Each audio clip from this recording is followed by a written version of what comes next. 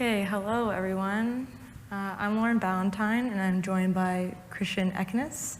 As you can see, it is not Lauren Boyd in a beard. She couldn't join us today, so Christian is filling in.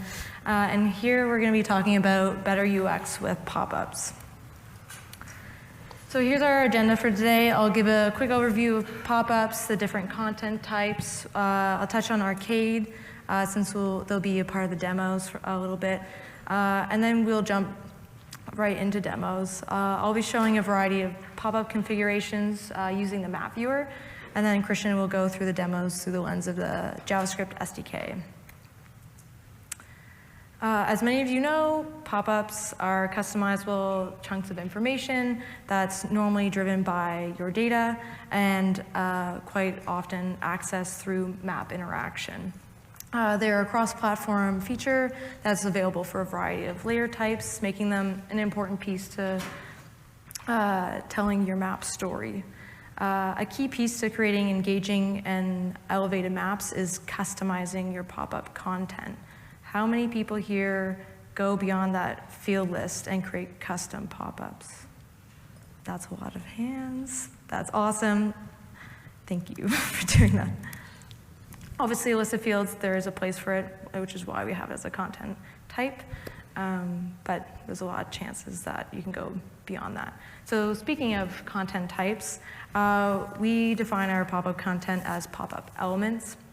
In the map viewer, we offer several types, all of which are available through the JavaScript SDK, sometimes names slightly different, but for the most part, very similar. So you can curate your pop-ups to include text that's driven through rich text, or you can use the HTML offering. You can add your field lists, attachments, charts, images, related records, and Arcade Elements, which I'll go into in just a second if you're not familiar with those. But before I do, Arcade. How many people here are familiar with Arcade? Okay, good, quite a few. Some hands that weren't up, and for those that didn't have your hands up, it's our portable, lightweight, and secure expression language that's utilized across the ArcGIS ecosystem. It can perform mathematical calculations, format text, evaluate logical statements. It's unique in that it uses features and geometry, data types, which, as you imagine, is very powerful within GIS. So we're going to look at Arcade in the context of pop-ups, since that's why we're here. But it can be used in a lot of other places, like labels, visualizations, dashboards, and a lot more. One thing I want to clear up is that Arcade is not something that's used to build apps. That's sometimes something that people get tripped up on. It's a tool to use within ArcGIS to gain more out of your data and some of the application features. So pop-ups leverage Arcade in two ways, through attribute expressions and Arcade Elements. Attribute expressions evaluate to a single value and work like virtual fields. Arcade Elements allow you to write an expression that defines an entire pop-up element by returning a dictionary that follows the web map specification for that specified content type, so whether that's a chart, a field list, or text. Determining when to use attribute expressions over an Arcade element will be dependent on your use case. Attribute expressions are useful in simple cases, as I said, such as recalculating or formatting a field, and they can be easily injected into existing content elements. But beyond that, really those simple cases, Arcade Elements are a great option. They help reduce duplicate logic, since you have to write multiple attribute expressions to achieve what's possible with one Arcade element. Christian can speak to that. Before we introduce Arcade Elements, he would drive charts with hundreds of Arcade expressions. Thousands. So not a good idea, by the way. Just exactly. So now you can do it all in one place. So that really helps with expression management. eliminates the need to make the same small syntax adjustment in multiple or thousands of expressions.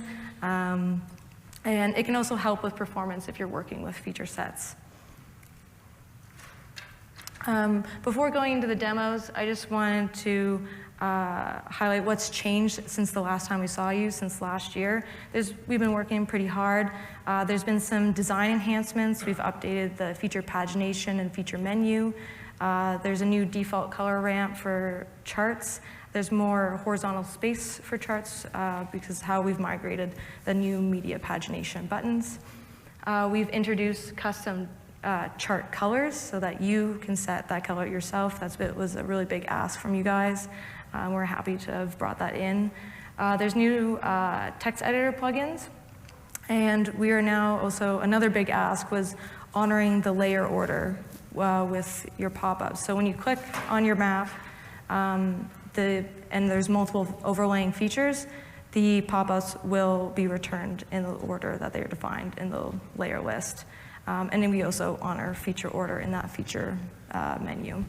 And then there's a couple additions to Arcade. I won't touch on them today, but we've added some more support, or some new support into M-values, subtype group layer support, and we're just getting started with knowledge graph support. All right, into the demos for Map Viewer. So I'll start things off by talking about the plugins for the text editor through the lens of this. Oh, it's not showing. Okay. Hold on, I'll see if I have to change the display. There you go. Okay, that's weird. All right, cool. Now you can see the map that I was talking about. So it's showing live stream gauges globally, but I'm focused in over a location over Germany. And I've already pre-configured the pop-ups, but I just wanted to give you some highlight over the enhancements. So here I have a pop-up that's configured with a text element and an image, and it's drawing a graph, but really it's derived from a URL that's contained in this Living Atlas layer.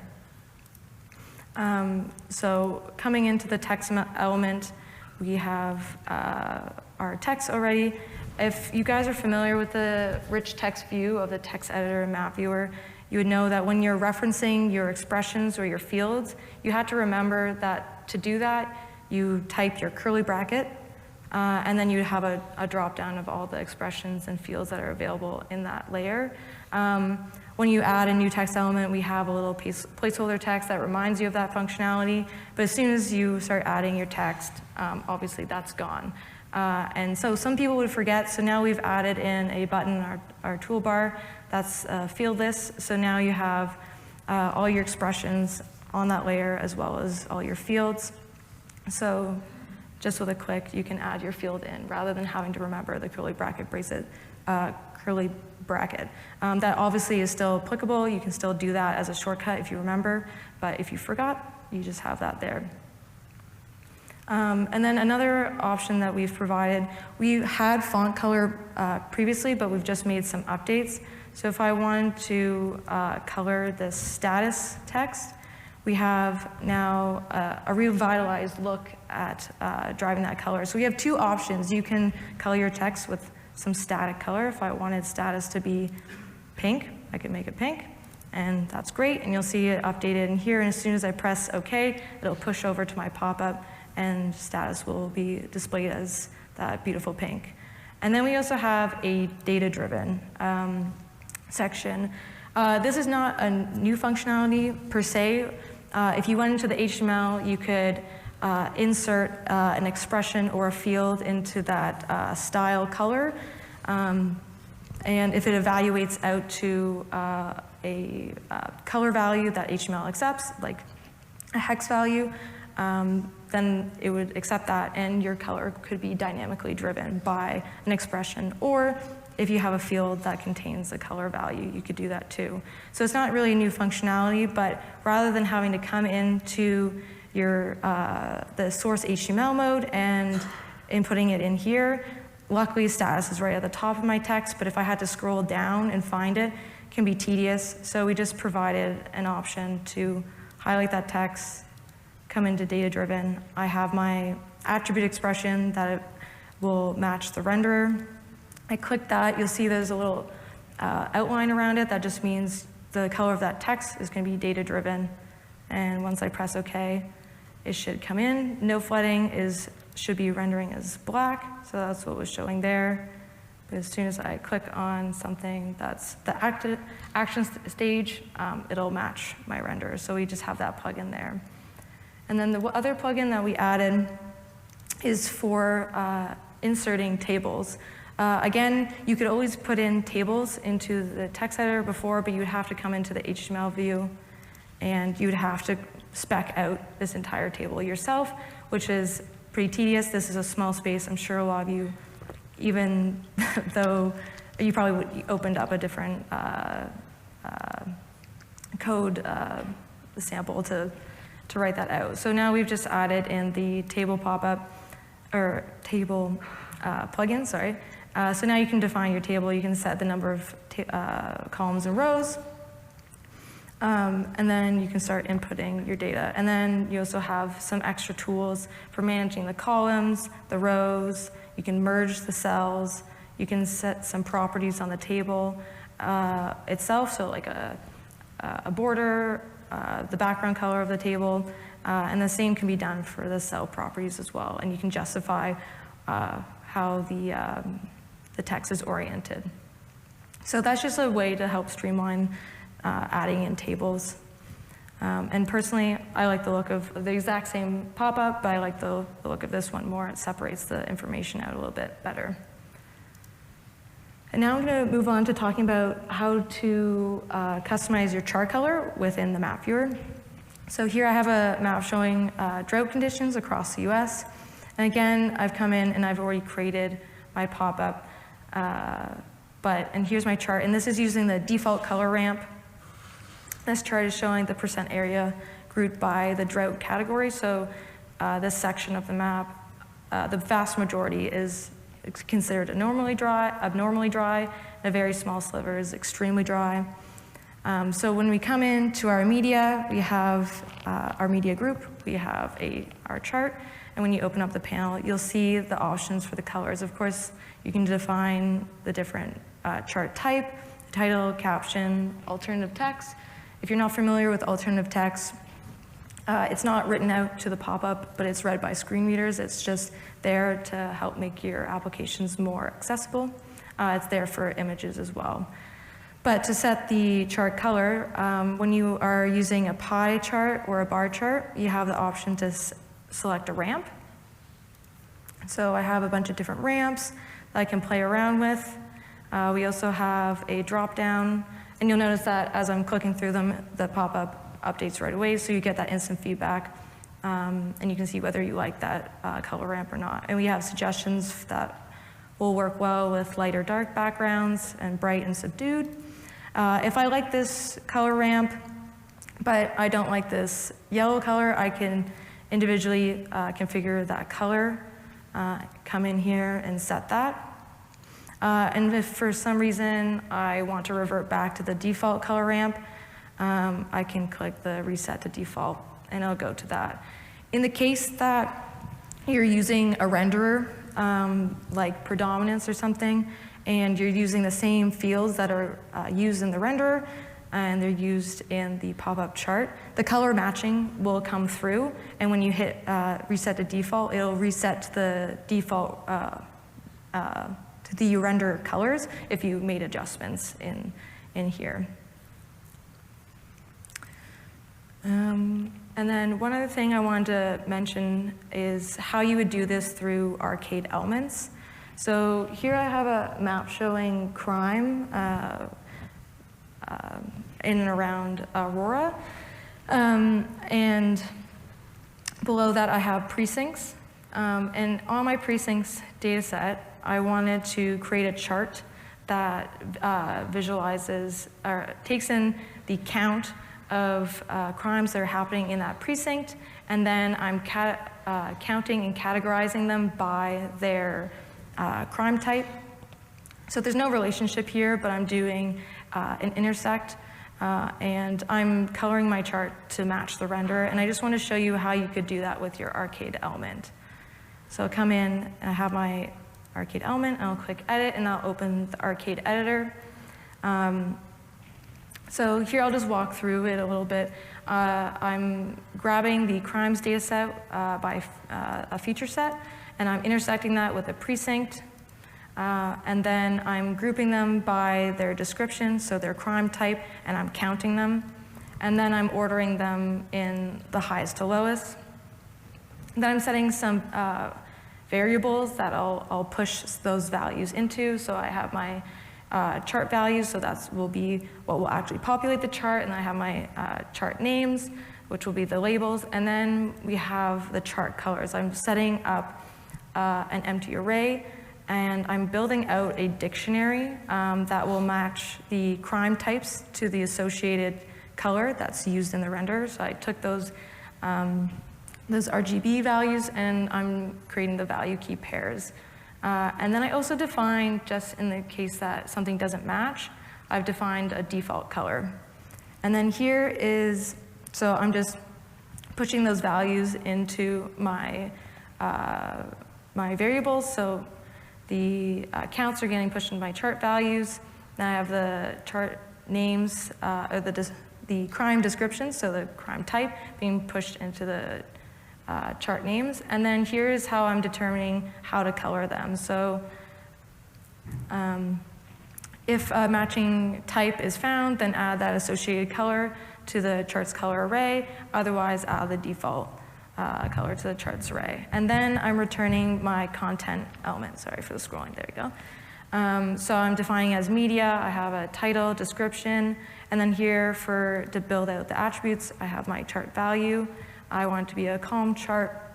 And then for the fields, for those labels, I have my chart names. And then now we've added, if you're familiar with this before this color update, we've added a colors property, and I'm specifying my chart colors variable. And if you're wondering how the heck you're supposed to know what to return here, we have in the suggestions panel, oh, there we go. We have templates. So we spec out what you have to follow for the web map specification to return these different content types. And here I just, in the color section, it's just doing manually adding in those colors. What I'm doing here is a little more complex of creating that lookup and then matching those colors to what we are feeding into the chart.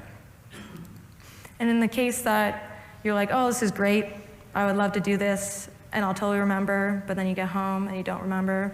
I have it all, this all written up in a blog, and I have the code in here. So it's the exact same example. And it's pretty easy to follow and apply in other scenarios.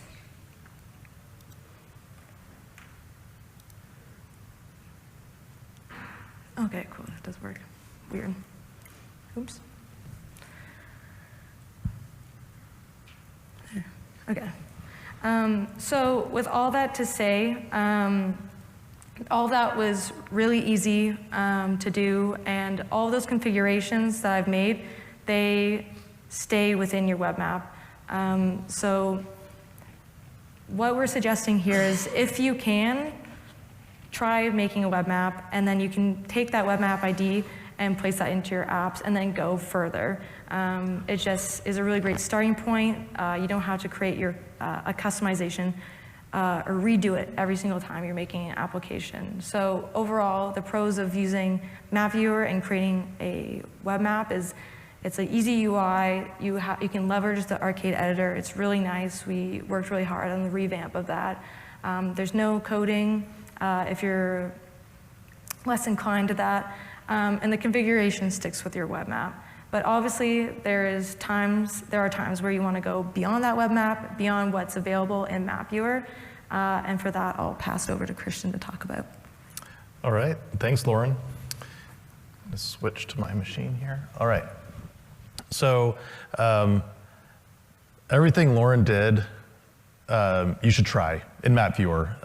And you can also do it all in code, but it's not necessary if you have a nice UI to help you out. However, there are pros to using the JavaScript SDK for creating pop-ups.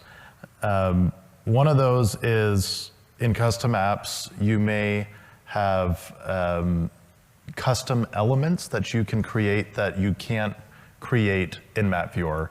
That includes things like adding widgets within your pop-up. You can do that with the SDK, and you can also have more control over your pop-up UI. And that's like through generating content elements in an efficient way. So Lauren referenced to me using thousands of arcade expressions before. I didn't type those out individually. I generated those using functions. So let's get into what you can do with SDK pop-ups. So everything is done mostly through the PopupTemplate class. And that's Popup template is a property of the feature layer and pretty much every other feature layer-like layer. So CSV, WFS, OGC feature layer, all of those have the same API. You use that for formatting and defining your pop-up content and setting the default template. So on a very, very basic level, you can set a simple object that says, give my pop-up a title and the content. This is not referencing any data values. And then you set that object onto your pop-up template property of your feature layer, and that's what you'll see. Every time you click a feature, it'll be the exact same content.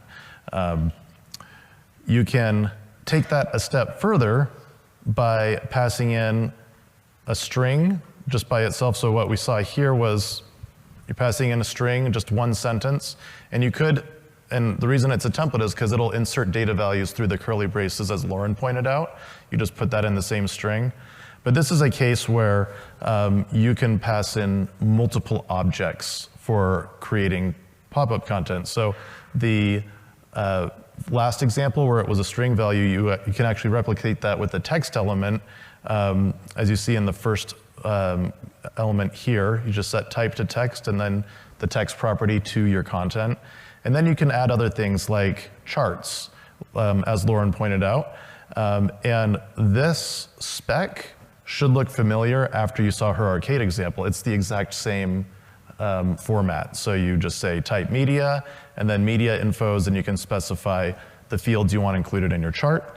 And once you add that configuration, you set it on your layer's pop-up template property, and it will render. So you can do that all in code, but because we have a nice UI, I definitely suggest you use Map Viewer for cases like this. But if you are working outside of Map Viewer, these are all the classes in the Maps SDK for JavaScript that you can use to create your pop-up template. So these elements off to the left are what they are called in Map Viewer. And on the right, these are the equivalent classes. So arcade elements are expression content. So if you're in the API reference, you're going to search for expression content, and then you'll find the API for defining that there. All right, let's talk about custom content. There is a class in our SDK called CustomContent that allows you to do basically whatever you want for the pop-up. This is outside of the web map spec though. So if you're building a one-off custom application, this is definitely something you can do all in JavaScript. But once you hit save on that web map, if you have a save experience, this will not persist. So you can do things like display a widget. So in this example, we added a search widget to the pop-up. Imagine that you select a polygon and you want to search features that intersect that polygon, or features within the same layer to open up another pop-up. That's something you can do there, or maybe geocode an address. You can also, so that's returning an actual widget instance. You can also return a promise. The promise itself must resolve to a feature or a graphic. And that is particularly useful when you're working in async workflows. So if you're fetching data from another resource and passing that downstream in your application, you can return that data as a promise, right? And it will resolve, and you can resolve it to a graphic And then if you return that promise to the pop-up as a content element, it will resolve to the pop-up template that you have set on that graphic.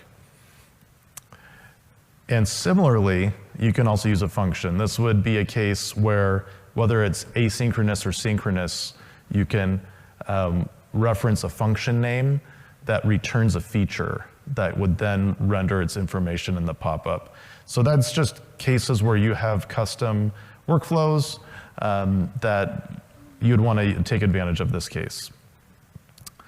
All right, so this is an example here on the left where it's just basically highlighting text in green, whether something is open or unrestricted.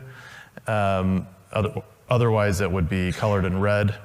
And you can see that we return the text to follow that format, and this is how it would render in the actual pop-up. This particular example is something that you can just do in Map Viewer also, as Lauren showed, but it's just a really basic step-by-step on what the function might look like when you use it. So I also misspoke a little bit. So when you use a function, you return an pop-up element, not necessarily a graphic. Okay.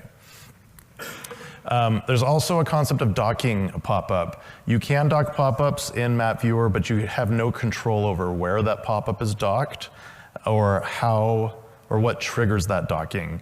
That is all configured on the pop-up class in the view.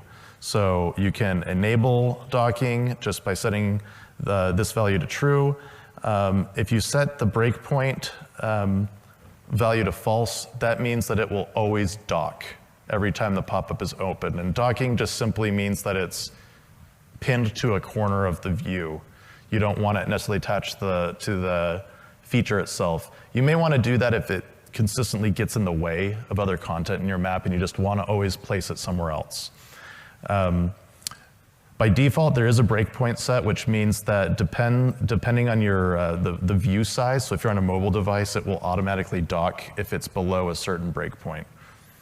And then there's other options, such as whether or not you want to allow the user to dock the pop-up, and so you can disable that with the button enabled property.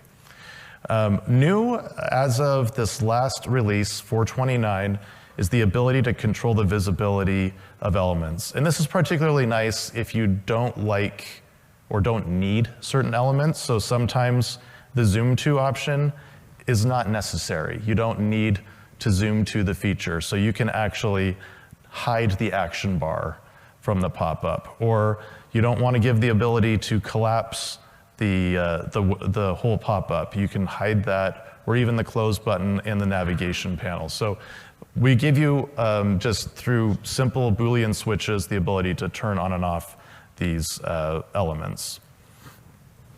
So then there's the concept of actions in the pop-up. This is something you can't configure in Map Viewer. You have to do it solely in JavaScript. So again, you have the zoom to by default. In the case of cluster pop-ups, you also have a default browse features action where you can enable that and browse individual feature pop-ups within the context of your selected cluster. Apart from that, you can add whatever actions you want to. This is just using calcite icons to indicate what the action does, and then when that's clicked, you have to hook up an event listener on that action to execute a function to do something. I'll show you an example of that in just a minute. So now I'm going to hop over to my browser and let's take a look at a bunch of examples. So I'm going to move over here and mirror my screen. There we go. This is a little small. Okay. So this is a map that just shows the, I believe, predominant educational attainment in this area. Oh, I guess we have a legend. It's going to be covered up by this other element. Let me go back out. So yes, predominant educational attainment. So many of us have pop-ups that look like this. They're great, right? You just can scroll forever and find the field that you want. Don't need to do anything else, right? Well, it's obviously not an ideal experience. We also have a set of APIs or utility functions that allow you to generate content elements in the JS API. It's very simple to do. We have what's called a Popup Template Creator and a Get Templates function. All you do is you pass it the layer, and it will suggest Popup template elements for you based off of how you styled your layer. So I'm going to say I want the primary template. And when I click this, it's actually setting a new pop-up element on this layer. So I'll click this. Now it says, well, the predominant category here is the population 25 years and over whose highest education is less than high school. Pretty verbose. Of course, you can override whatever it puts here, but it generated that based off the field alias. And not only that, it told you the percentage of the all the categories included in the render that make up that value. And then it gives you a list of all the categories. And that list doesn't necessarily look pretty, but it still gives you a better insight into what this renderer is telling you that you couldn't get before. I could also select text element here, just give you the most common category. This is something else that is suggested from that function, or even a chart. And what's nice about this is it will show you the predominant category, the share of the total that it makes up, and then it gives you this nice pie chart that matches the colors of your renderer out of the box. So again, this is where it comes from. That you actually find, let me show you the documentation for that. Oops, there we go. So if you go to Esri Smart Mapping Popup Templates, and it's the only method in this class. You just pass it the layer, and that's all you have to do. And it will give you back a primary template and then secondary templates. So if there's multiple, then you can cycle through them and choose what you want. So pretty cool. It could be pretty useful in your applications. This one shows air quality data. And let's go ahead and click on area here. So this is an example of how you can set or how custom actions might be useful. So you could say, here's a chart that shows the air quality values for this particular sensor location. It's got some more information here, as well as probably the most important information, that there's moderate air quality. I don't know if that means moderately bad or moderately good. Maybe it could be a little better. But you can say more info, and that will kick it out to the source information that describes what's going on. You could even put in an action for getting directions. So if I put in, let me see if this will work, Palm Springs Convention Center, it will give me directions to that area. So you can add experiences like this directly into your pop-up. And of course, let me zoom out a little bit. You may not want all of this information. So I'm just gonna go through these to show you what happens if you get rid of the action bar. You don't want those actions? Fine. Go ahead and set that to false, and it goes away. Close button. See this guy right here will go away. And you may say, well, then how do I close it? Well, you just click out to take focus out of the pop-up, and it will close. There's the collapse button, which that gives you the ability to collapse, but when it's gone, user can't do that anymore. Feature navigation, that's this down here. So when I selected this pop-up, it said, well, there's a lot of overlapping features, and I click on this, and it's a long list. Maybe you don't want to give that capability. You can disable that. Also, the heading and the spinner. That spinner is when you click an area right here.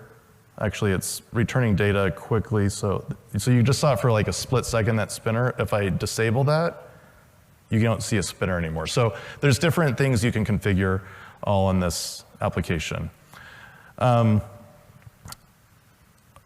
else I want to point out with this app here is if I click on Let me zoom out here just so you see the legend again. Sorry, this should, actually let me collapse that. So you see PM 2.5, PM 10, PM 1 is the ordering in my map. If I click this feature, let me put my feature navigation back. Okay, if I click that area, I hit about 191 features. The results will follow the order of the layers that's defined in my map. So it was 2, 5, 10, and then 1. And even the feature order, the way that it's drawn in the view, is now respected in the pop-up. That's new as of 2 weeks ago.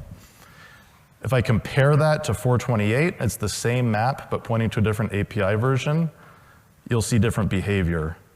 Well, 2.5 actually came back first here. Sometimes 10 is the one that comes back first. Let's see if it, well, no, it happens to work in this case.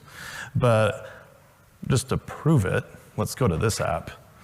This is earthquakes in just from the last month. And I have set the feature order. Let me bump this up a little more so you can see it. If you set this order by on the layer, that defines how features are drawn based off a data value. So by saying mag descending, that's saying the earthquake magnitude is controlling the order of the drawing. If I set this app to 428, let me just do that really quick. And I see the larger features on top. I'll go ahead and select this area. There's 29 earthquakes. These don't follow the drawing order. So I see like a 5.3 and 4.5. I may want the highest magnitude up on top. But starting at 429, go in the same area here. Oh, clicked out by accident. There we go. Now they're ordered in descending order. So that's very helpful to put the most important features on top. All right, let's show some more examples. As you can see, I've got a lot of tabs, and I can show even more if you want, but let's not get too crazy. So this is an app I did that shows how how people voted in each election going from 2004 to 2020. So one could explore this data to see how votes shifted from election to election, and they could even go party by party to see where did that party gain votes in each election, because in this case, both Republicans and Democrats gained votes across the country almost everywhere, but that wasn't true in every election, right? So it's a nice little immersive app that allows people to explore election data. But I created this pop-up, so let me, I don't know, what county are we in? Riverside County, maybe? Selected, you can create a pop-up element dynamically that summarizes the data. So the winner of that area with the number of votes and by how much they won, and then a table that compares it to all the other candidates. This is not an element you can easily create in Map Viewer. Actually, you can now with that new table, I guess, what did you call it, component or add-in? You can do something like this. But all of these colors, like the green for positive or red for negative numbers, is all controlled with Arcade, looking at those values and then returning a color. This pop-up will update when I change the slider. So if I go from 2012 to 2016, see how those values are changing?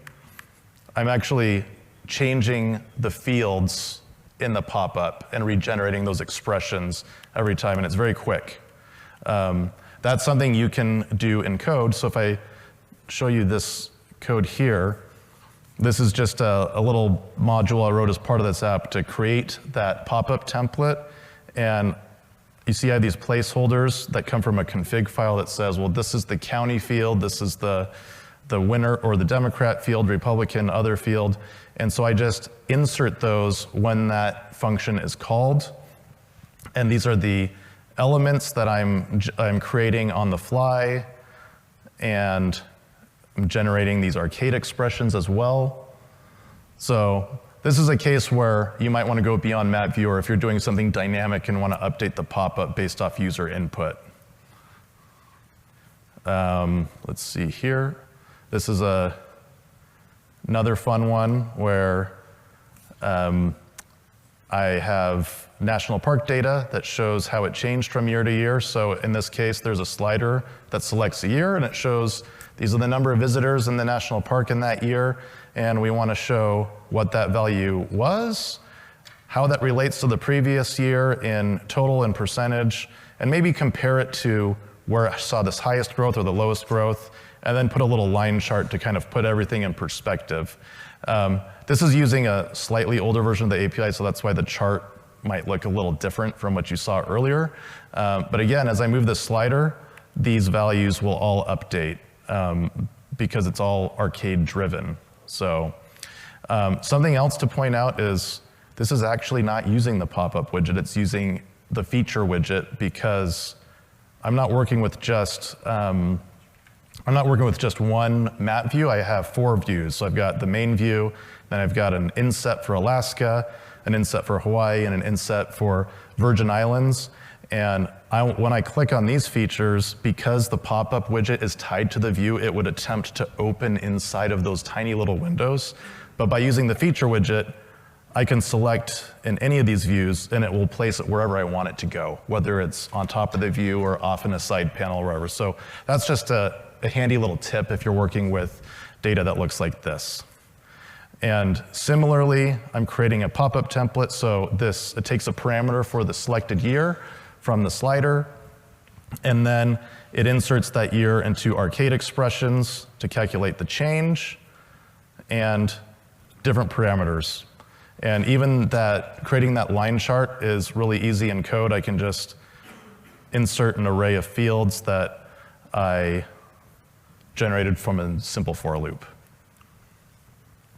Okay, so that's layer pop-ups, but we just have a couple minutes left, really, before we get to questions. But I also want to point out that you can set pop-ups for aggregate data. So in the case of binning, I've binned crime data here. If I zoom in, you'll see the number of crimes pop up for each bin.